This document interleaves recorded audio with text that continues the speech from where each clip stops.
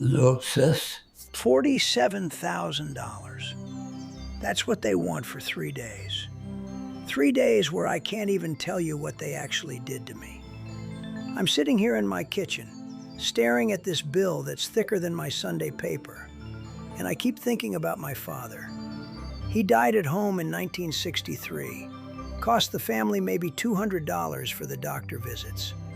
Times change, sure, but this is something else entirely.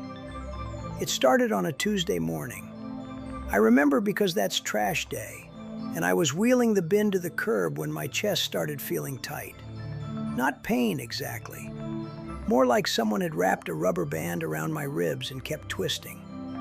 Martha would have told me to sit down, take it easy. But Martha's been gone 4 years now, and there's nobody left to tell me what to do. So I did what any stubborn old fool would do. I ignored it. Went back inside, made my coffee, settled into my chair with the morning crossword. The tightness got worse, started spreading up into my neck, down my left arm. I'd seen enough movies to know what that meant: heart attack. But here's the thing about being 82 and living alone. You develop a healthy skepticism about your own body. Every ache becomes a potential catastrophe when you're my age. Most of the time it's nothing. Gas, pulled muscle, too much salt in yesterday's soup.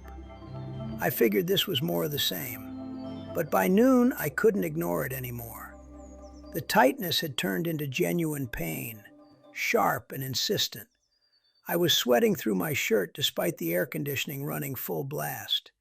My neighbor's dog was barking, that little terrier that never shuts up. And the sound felt like needles in my brain. That's when I knew. This wasn't gas or pulled muscles or too much salt. This was the real thing. I called 911.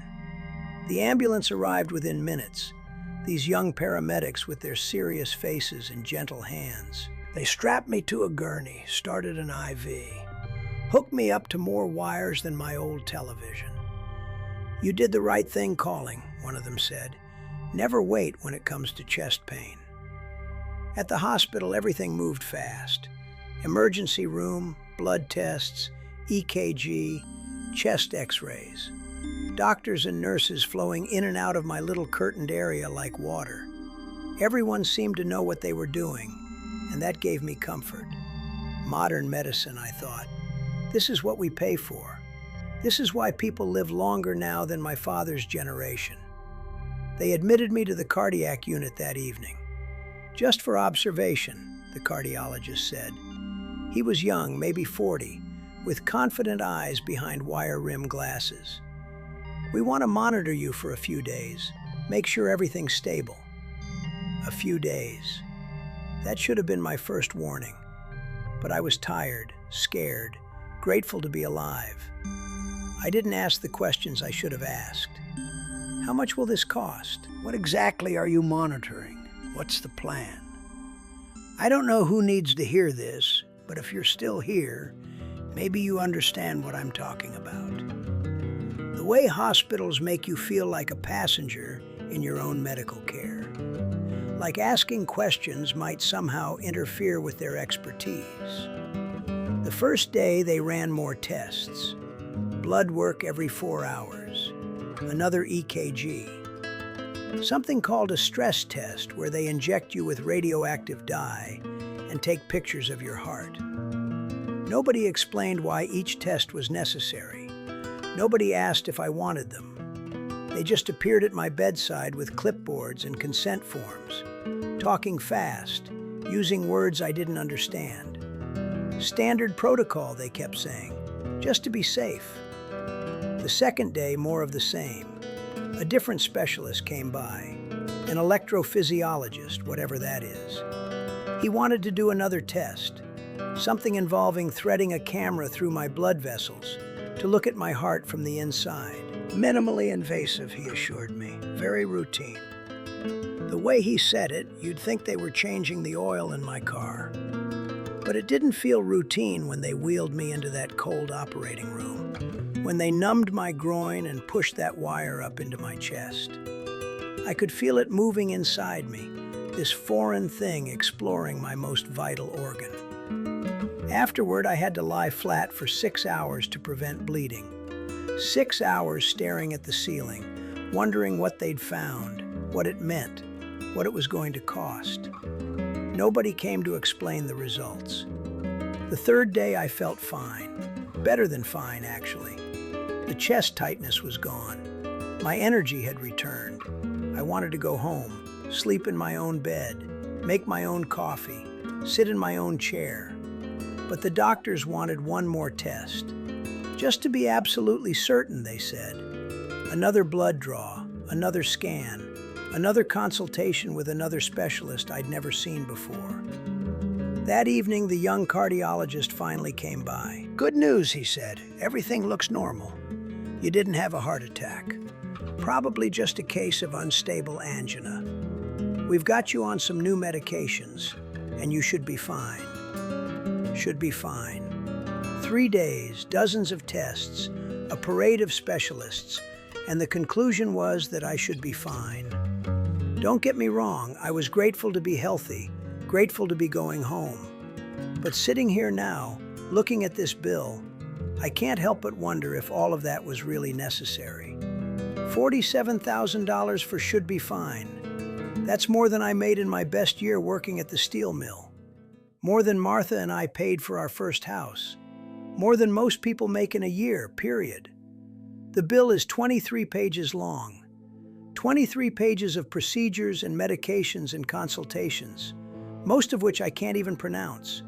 There's a charge for cardiac monitoring, $800 a day for a machine that beeped every time my heart beat. There's a charge for room and board, $1,200 a night for a bed that was less comfortable than the one I have at home. There's a charge for every blood test, every x-ray, every time a doctor stuck his head in the door to ask how I was feeling. The medications alone cost more than I spend on groceries in 6 months. Pills I'd never heard of, injections I didn't know I was getting, IV fluids that cost $60 a bag, $60 for salt water. I could buy a week's worth of groceries for $60. But here's what really gets me. Buried on page 17, there's a line item for patient education. $45 for patient education.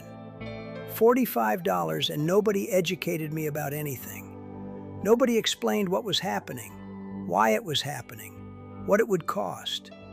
Nobody asked if I wanted these tests or if there were cheaper alternatives. Nobody treated me like a customer who had a right to know what I was buying. They treated me like a problem to be solved, a collection of symptoms to be processed through their system. And now they want $47,000 for the privilege. I called the billing department yesterday, spent 2 hours on hold listening to elevator music before I got through to a human being. "Is there some kind of mistake?" I asked. "This seems like an awful lot of money for 3 days. The woman on the phone, couldn't have been older than my granddaughter, spoke to me like I was simple. "Sir, all of these charges are correct. You received excellent care from our cardiac team.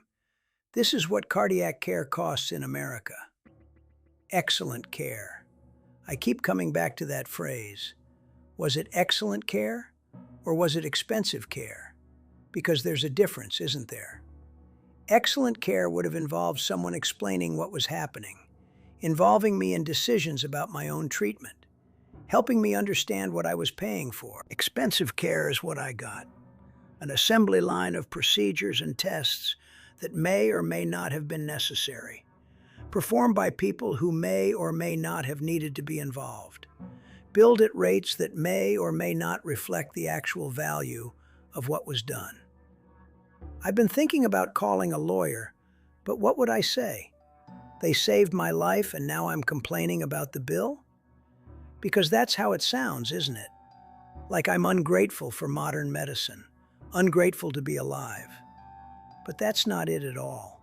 I'm grateful to be here, grateful that technology exists to diagnose and treat heart problems that would have killed my father's generation. What I'm not grateful for is being treated like a cash register instead of a human being. I was told nobody would care about an old person's complaints about medical bills. If you prove that wrong today, hit subscribe. More is coming. The insurance company has agreed to pay $32,000 of the $47,000. That leaves me on the hook for $15,000. $15,000 on a fixed income for 3 days of tests that concluded I was fine. I'm supposed to set up a payment plan, $50 a month for the next 25 years. I'll be 107 when I finish paying this off, if I live that long. But maybe that's the point. Maybe they know that most people my age won't live long enough to pay off these medical debts. Maybe that's part of the business model. Charge enormous amounts for routine care, knowing that half your patients won't be around to complain about it in 10 years. It's a cynical way to think about healthcare, but sitting here with this bill, it's hard to think any other way. The system isn't designed for people like me, old, living on Social Security, trying to make sense of medical procedures I never agreed to and charges I never approved. It's designed for younger people with good insurance and steady incomes. People who don't question authority. People who trust that expensive automatically means better. At 82, I've learned that expensive often just means expensive. That complicated doesn't necessarily mean thorough. That medical care, like everything else in America, has become more about profit than about helping people. I'm not saying doctors and hospitals shouldn't make money. Everyone deserves to be paid for their work. But $47,000 for 3 days? For tests that concluded I was fine? That's not medicine. That's something else entirely. And the worst part is, I'll probably pay it. Not because I think it's fair or reasonable or justified, but because at my age you don't fight the system. You don't have the energy or the time or the resources to take on hospitals and insurance companies and billing departments. You just write the checks, set up the payment plans, and hope you live long enough to see the balance reach zero. That's the real cost of getting old in America. It's not just the medical bills.